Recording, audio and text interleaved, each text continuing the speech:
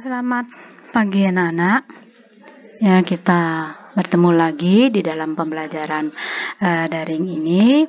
Ya, untuk materinya Ibu kira kita masih lanjut dengan materi bab 3, yaitu tentang ketimpangan sosial dalam tantangan era globalisasi. Ya, jadi mungkin sebelum dimulai, seperti biasanya ya, kita akan berdoa bersama dulu untuk mengucapkan puji syukur karena masih diberi kesehatan, ya, dan juga diberkati segala sesuatunya oleh Tuhan Yang Maha Esa. Ya, jadi berdoa mulai.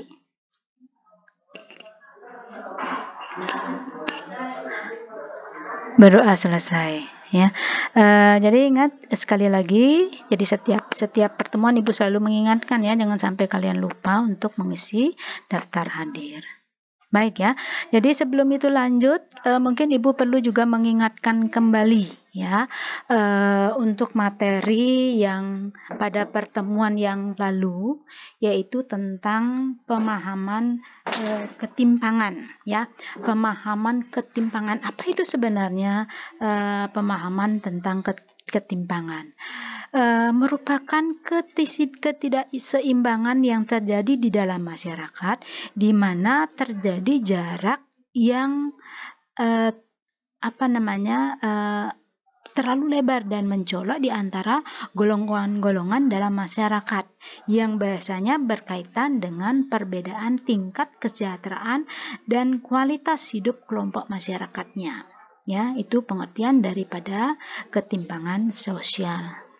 Nah, kemudian juga faktor-faktor yang mempengaruhi ketimpangan sosial, Ibu kira juga sudah Ibu bahas, faktor lokalisasi, kebijakan politik, kondisi geografis, kemudian juga faktor internal daripada individu maupun kelompok. Ya, sedangkan bentuk-bentuknya yaitu ada ketimpangan antar golongan kaya dan miskin, kemudian ketimpangan antara pemilik modal dengan buruh, ketimpangan antara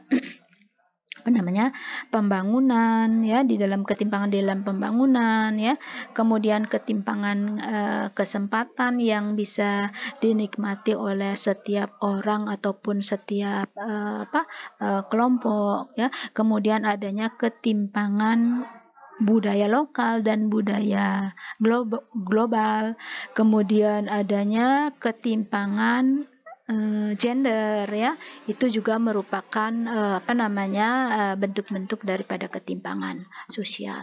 Nah, kemudian materi pada pertemuan kali ini yaitu membahas tentang bagaimana hubungan antara, sebab di dalam ketimpangan sosial ini kan kadang kan ada diskriminasi ya. Jadi perlu juga kita singgung bagaimana hubungan antara diskriminasi dengan ketimpangan sosial.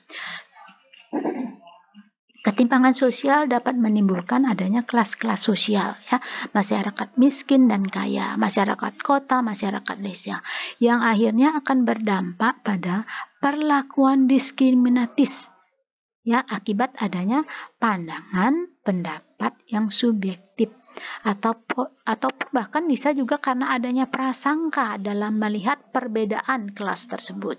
Ada dua tipe diskriminasi sosial, diskriminasi langsung dan diskriminasi tidak langsung. Ya, untuk diskriminasi langsung itu adalah diskriminasi yang secara jelas membuat batasan-batasan pada kelompok tertentu. Ya, seperti misalnya jenis pekerjaan. Ya, jenis pekerjaan antara laki-laki dan perempuan misalnya dibedakan. Kemudian pemukiman. Ya, untuk orang-orang yang tinggal di daerah elit itu adalah hanya terbatas orang-orang yang mempunyai, orang-orang kaya saja, itu juga.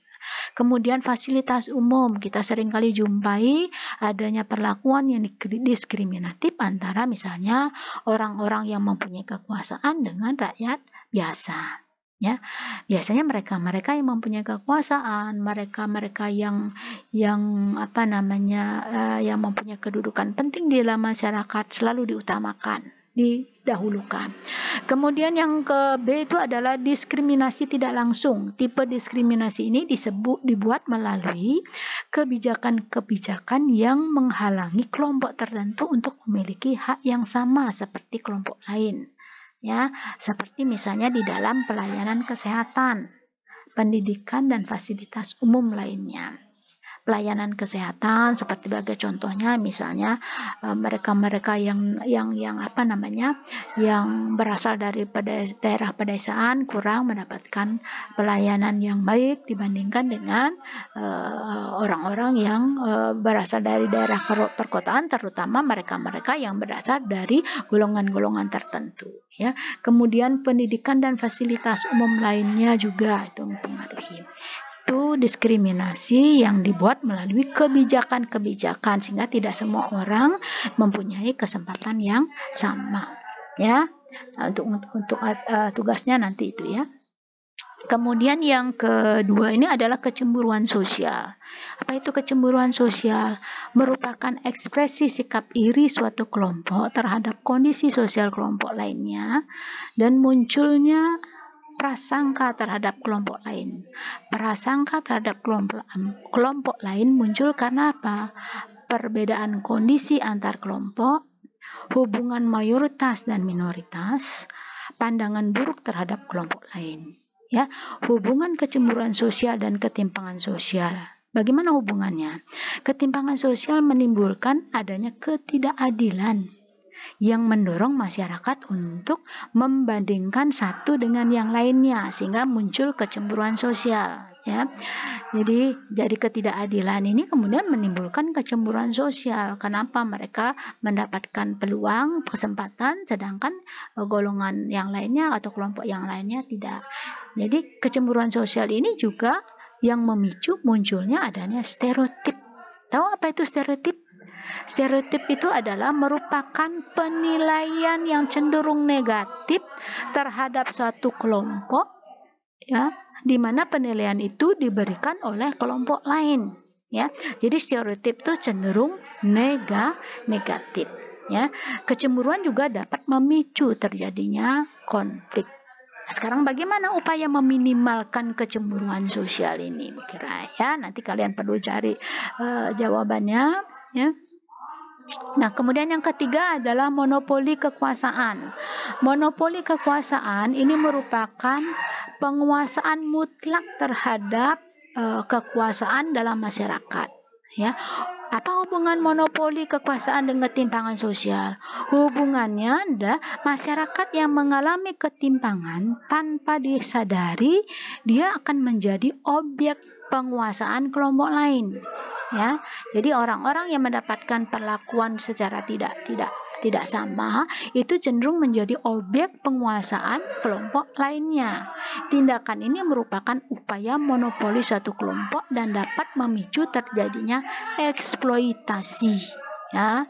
Contohnya di sini sudah diberikan pemilik modal terhadap kelompok buruh, ya. Jadi dieksploitasi. Jadi diupayakan agar kelompok buruh itu bekerja secara maksimal, ya, tanpa diimbangi oleh tingkat kesejahteraan yang memadai. Itu yang disebut dengan monopoli kekuasaan. Kelompok buruh menjadi kelompok subaltern, ya. Artinya apa? Buruh merasa dieksploitasi tetapi tidak memiliki kekuasaan atau kekuatan untuk protes karena dapat apa? Berakibat terjadinya pemutusan hubungan kerja.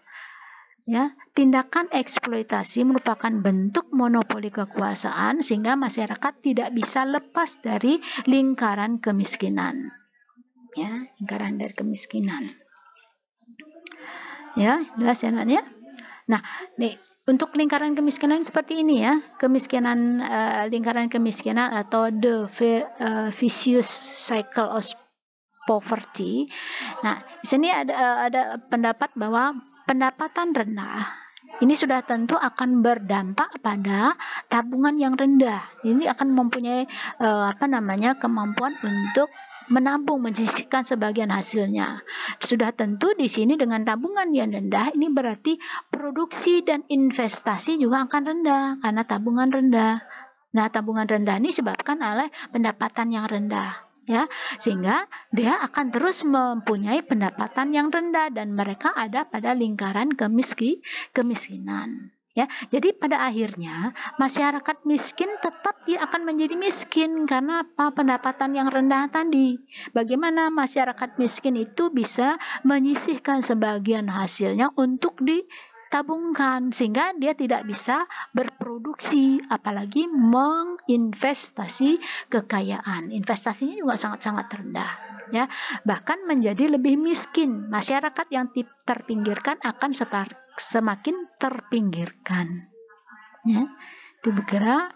Nah, kemudian kita lanjut dengan yang keempat, ini adalah konflik sosial.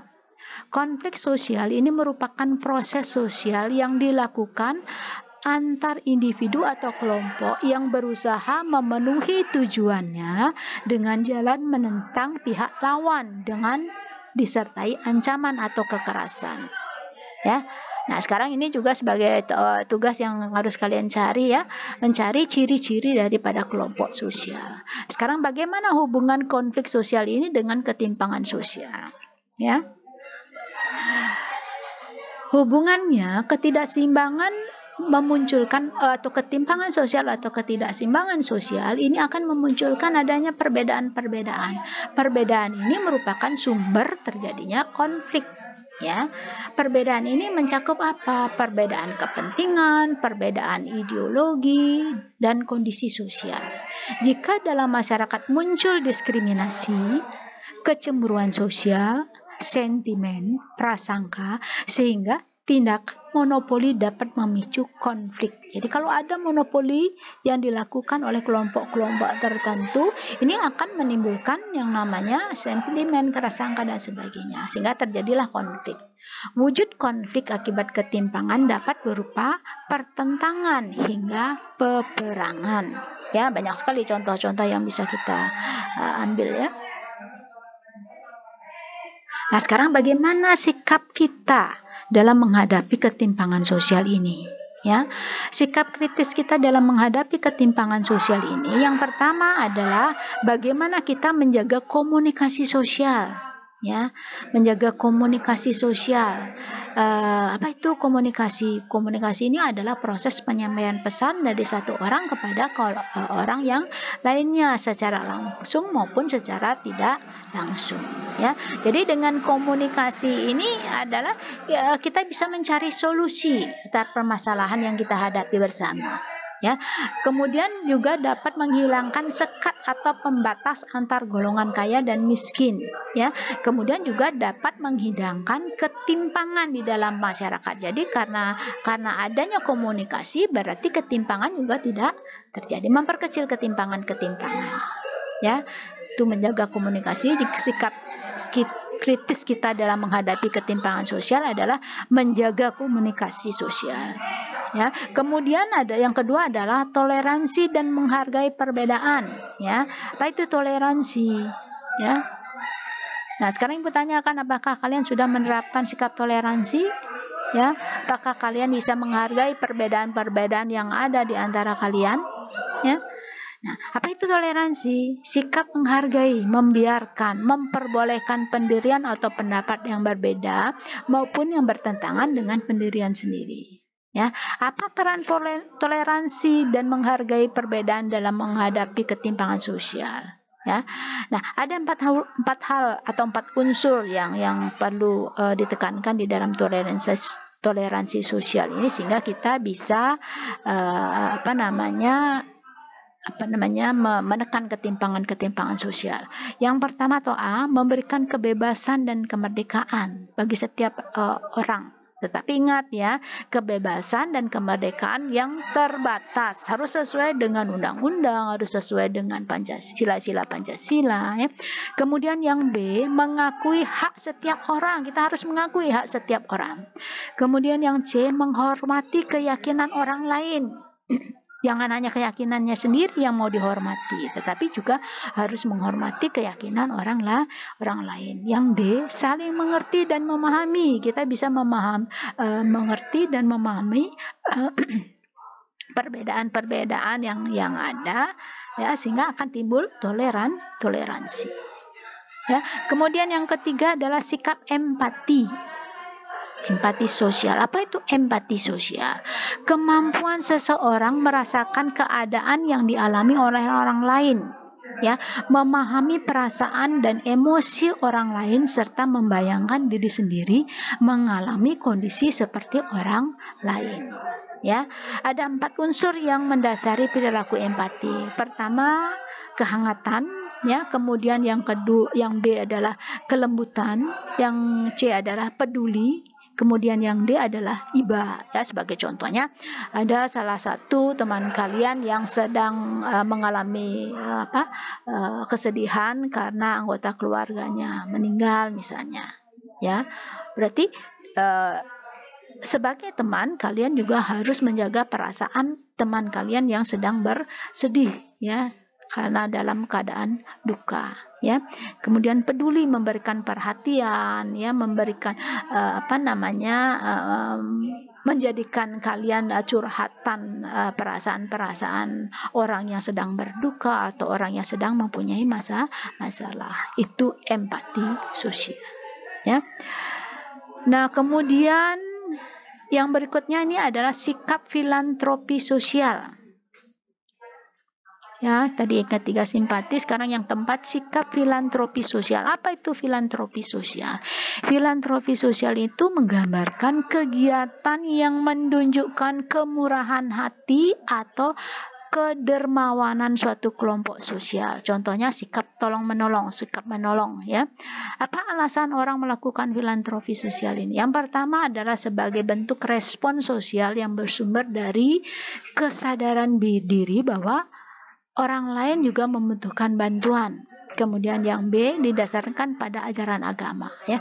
Jadi kesadaran bahwa orang lain membutuhkan bantuan. Kemudian yang B itu adalah karena ada di dalam ajaran-ajaran agama, ya. Apa hubungan filantropi dengan ketimpangan sosial? Hubungannya bahwa sikap ini dapat menjadi jembatan untuk memperkecil jarak ketimpangan antara kelompok-kelompok yang berbeda tadi, ya. Jadi di dalam sikap kedermawanan ini kita tidak boleh melihat bahwa dia berasal dari kelompok mana, kelompok tertentu saja, tetapi semua orang perlu kita berikan perhatian, ya, perlu kita bantu. Contohnya mengadakan pasar murah, ya, ini berlaku bagi semua orang, seluruh anggota masyarakat, ya. Pengobatan gratis juga demikian, ya. Ini pengobatan gratis ini diberlakukan bagi semua lapisan masyarakat, ya. Nah, ini sebagai bentuk latihannya anak-anak, ya. Kalian silahkan jawab ini pertanyaan-pertanyaan ini, kemudian jawabannya silahkan kalian kirim ke Google Classroom, ya. Paham ya anak-anak, ya? Baik, anak-anak, demikianlah materi untuk pertemuan kali ini. Sebelum Ibu akhiri, sekali lagi Ibu ingatkan untuk mengisi daftar hadir. Kemudian kita akhiri dengan doa bersama, ya. Berdoa mulai. Berdoa selesai. Om Santi Santi. Selamat siang anak-anak. Terima kasih.